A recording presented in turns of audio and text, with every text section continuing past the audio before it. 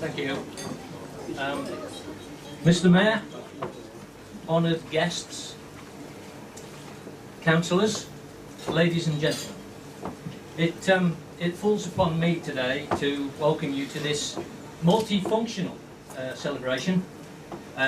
We wanted good value for money, so we're combining all sorts of things. It's been asked of me what the 50-55 meant. Well, we missed the 50th anniversary a few years ago, probably because we had a bill from our architect and we had to cancel it. Followed quickly by one from the builders. But I'm sure that you'll appreciate combining the two makes sense now that we have, at long last, hopefully, completed our improvements programme.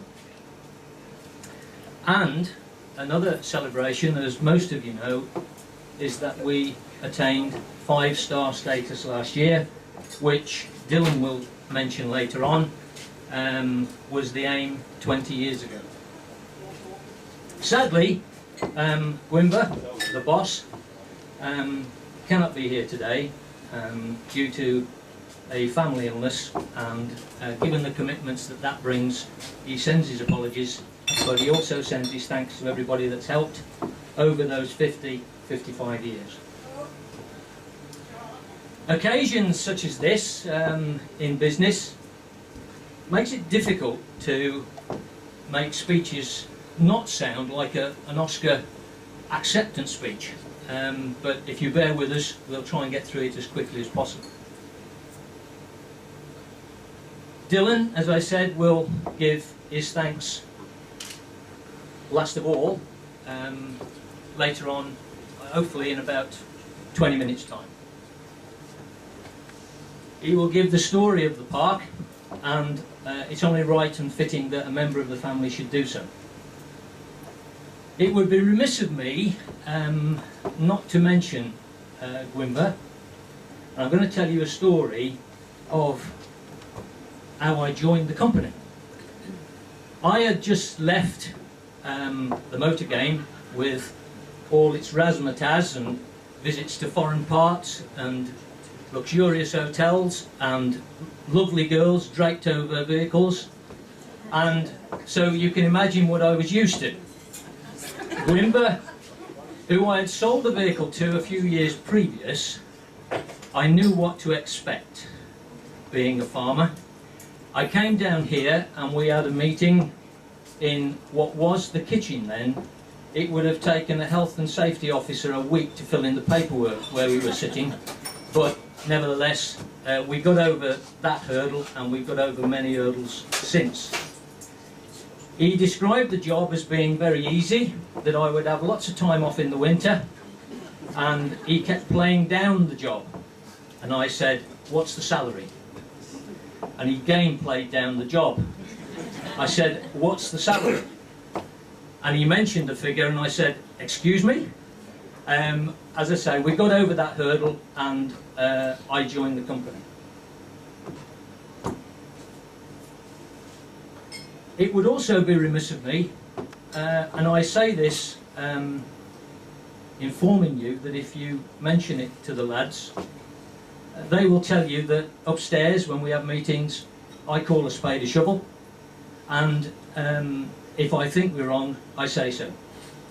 And so what I'm about to say is meant as someone not only works for them, but as someone who moved to the area 30 odd years ago. Gwynfor was always a good neighbour, and what can I say about the man and the family? And I think of a line from an old western where James Stewart is talking to his prospective son-in-law about how hard he's worked on the farm. And Jimmy Stewart says, "If you don't try, you don't do. And if you don't do, then what are we here for?" And I have to say, you cannot accuse Gwynfor and the boys of not trying or doing. This year we have had young Mary, helping us in the office on occasions, which is the 4th generation. And that is the way a family business should be. Long may it continue. Over the years, we obviously have short, medium and long-term associations, not only with customers, but with suppliers. And one of our longest associations is with Salop Leisure, used to be called Salop Caravans.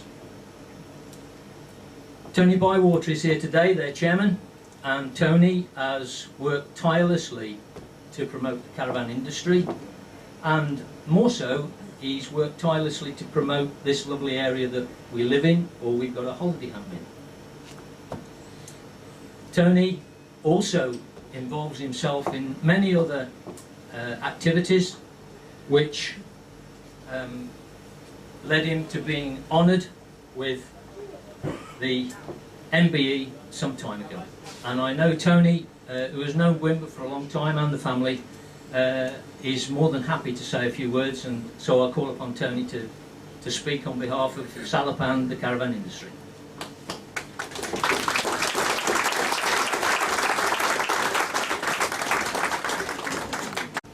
Young lady and a young person, some very, very old caravans in the background, and I think a caravan in those days was something like 7'6" in width and 22 feet in length, and that was considered to be an absolute luxury caravan. And it says at the bottom of the picture, I wonder what it will look like in 50 years' time. Well, here we are, over 50 years, and I want to talk now a little bit what things do look like nowadays.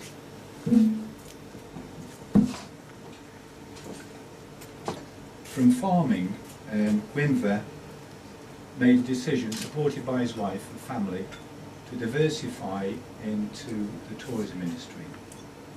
And 50 odd years ago, believe you me, that was a very, very big decision to make. From the start, he was never ever satisfied with what he started to set up in the way of the park, the way it was laid out. He always wanted to improve and make things better. And over the years, that policy has been carried on by the young family, the next generation of family coming through. And the standards that's always been set by Islawrffordd Caravan Park is a credit to the whole caravan industry, not just in Wales but in the UK. The policy has been followed by many other caravan parks, and through what was started here 50 years ago, the image and the standards that now exist in caravan parks in Wales and throughout the country is increased dramatically, and the name that caravans have in the country nowadays is not like it was 50 years ago. There's a great deal of respect for our industry. As I've just said, looking back 50 years ago, a high quality caravan was something like 28 feet in length by 7'6" in width. And we always used to say, how the hell are we going to move these through some of the roads in Wales to get them down to Barmouth? And also, years and years ago, caravan parks like Islawrffordd was laid out, the pitches were laid out to take this particular size of caravan. The caravans were considered luxury in those days. They had gas lights, they did have a roof, they did have windows, but that was about it really. There was some form of gas fire fitted in the lounge that didn't actually conform to modern day regulations as far as insulation is concerned. But that's how they started, and you went to the toilet across the field during the evening to a toilet block, whether it was raining, blowing or snowing, that was how it was. And from that, things have changed dramatically. Modern caravans today, as you all know, because many of you here are very wise people and you've got a caravan holiday home, have improved dramatically. I think the standard nowadays The way they're built, the luxury fittings, is really better than any five-star hotel. They are absolutely superb. But regretfully, although the manufacturing side of the caravan industries increased dramatically, not all the parks have invested like Islawrffordd and moved with this advancement. There's many caravan parks in the UK are still, especially down in Cornwall, they've never made any sort of reinvestment, and you want to get on one of those caravan parks down there, and simply you'll be told, I'm sorry, the biggest caravan park you can have will be 28 feet in length by 12 foot in width.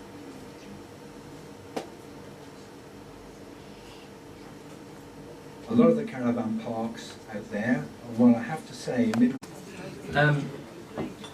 my wife will tell you that the worst present she ever bought me was Sky Sports, which is going back a few years. As a young boy, I had sporting dreams like probably a lot of guys around here and ladies. I dreamt of, as a very young boy, scoring a goal in the cup final and being an Australian and playing at Wimbledon, because I wanted to give myself half a chance of getting there. I wouldn't have done it as an Englishman.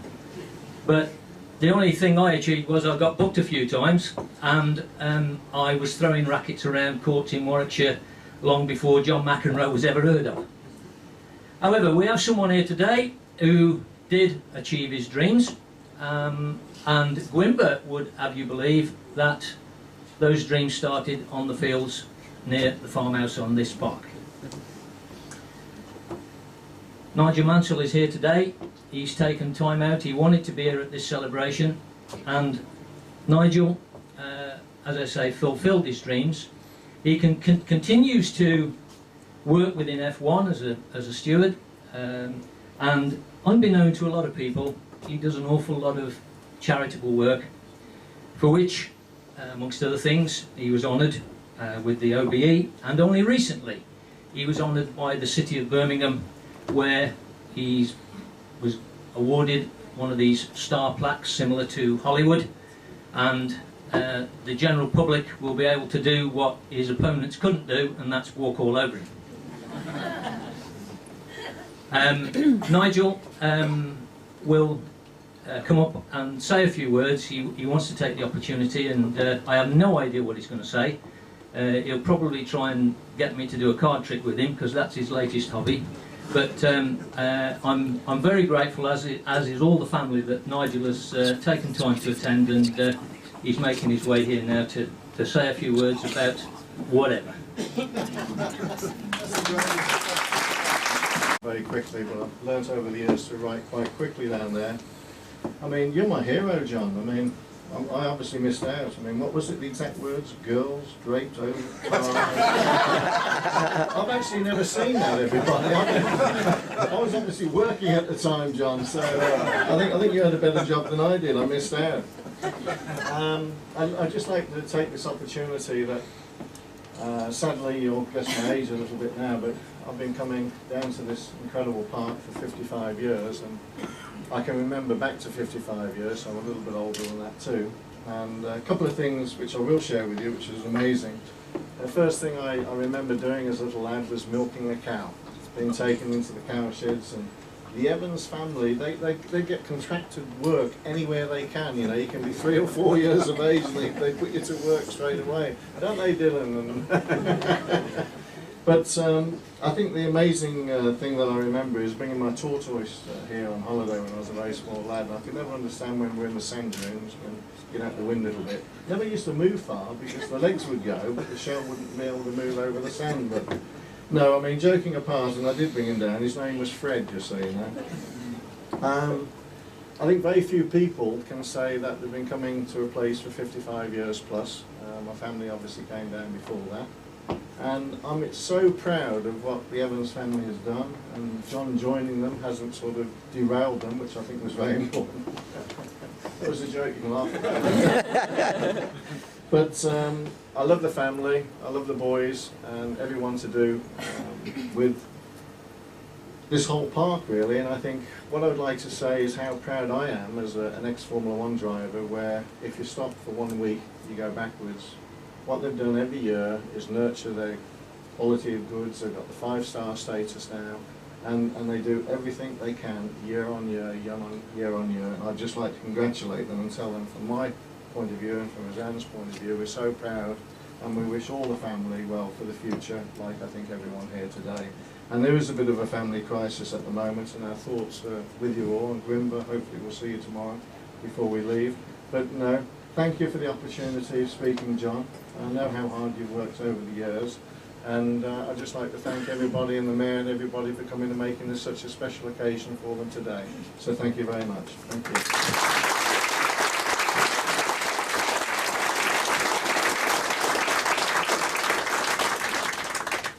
Thank you, Nigel.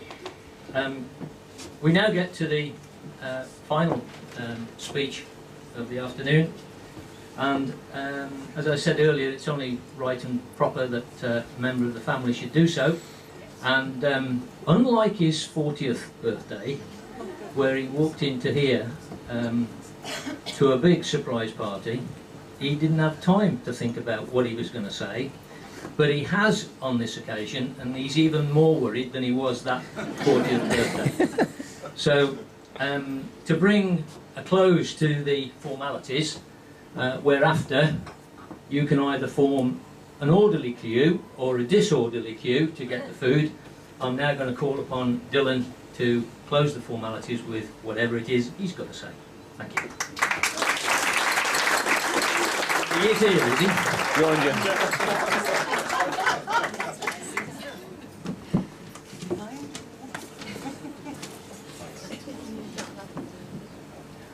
Prynawn da I chi gyd. A croeso cynnes I chi i ddod I Henry's Islawrffordd I ddathlu 50 mlynedd plus o fod yma. So diolch yn fawr iawn chi am ddod. Did you understand all that? Yeah. Right, good afternoon everybody, and again a very warm welcome to you. I would first of all like to thank you all for coming to join us celebrate this very important milestone in the history of Islawrffordd. I know that it should be my father standing here today in front of you all, but sadly due to a sudden family illness, unfortunately, he cannot be here. But I know he will be moved and proud by the good wishes expressed here this afternoon. As you are all aware, Islawrffordd started its life 55 years ago by father's parents, which were deep down true Welsh farmers. And the thoughts of sharing the land with the odd caravan and camper was a huge decision. What we have been told by the odd story from our father, our grandfather took a lot of persuading, and I don't think he got used to the vision that my father and grandmother shared.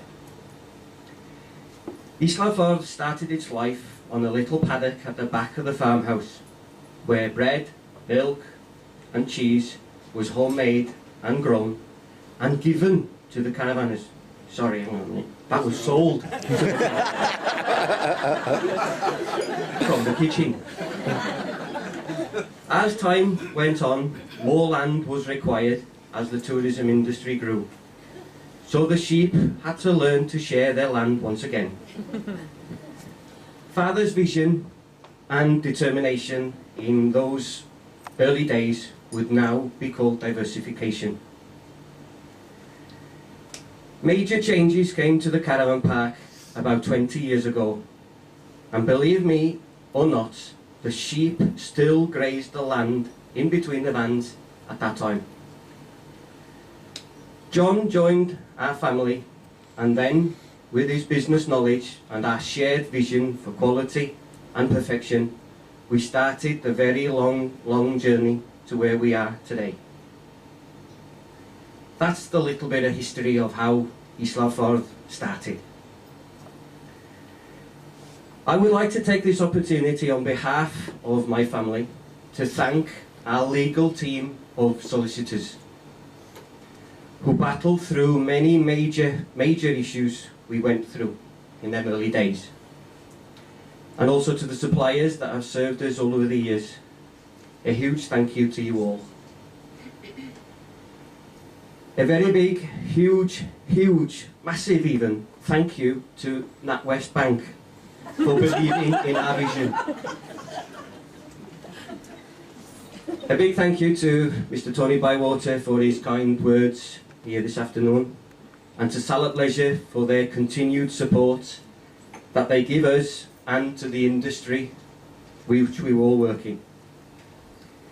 A big thank you to the support from the Skettin Inn, the museum complex, Billy's, Henry's and the shop. Our success is also your success. I'd like to thank Henry's on a separate note that, thank you very much for everything that you have done for us and the staff for today's celebration. And I'm sure when you all go into the restaurant area for food, you will appreciate what they've done for us. So thank you. I would also like to express our thanks to all our subcontractors over the years. The quality of your work and the dedication to the job makes our job a lot easier. Most importantly, we would like to thank our customers, past and present, because without you, we wouldn't be here. So thank you. It has been a great honour and privilege, and I know I speak on behalf of my family and John, to have Mr. Nigel Mansell, his wife Roseanne and Sandra here today to share this special occasion with us. As a family, I'm sure over the years you have seen so many changes to Islawrffordd. And not forgetting our current staff. Everybody thinks it's a piece of cake, but we know better. It's the fact that we make it look a piece of cake. The vision that we had 20 years ago, and I know I would not have been able to achieve this without one very special person. So I know my father would want me to say this, a huge thank you to John. We could not have done this without him. I stand here today on behalf of my brothers, knowing the success of this company started all them years ago as a little Welsh farm with a few scattered caravans on the field. With a vision for change from my grandmother to the drive and diversification and hard work of our mother and father, we will never forget it. So on that note, I would like you to all raise a glass and to the next 50 years.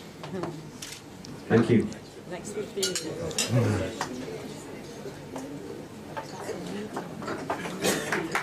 Help.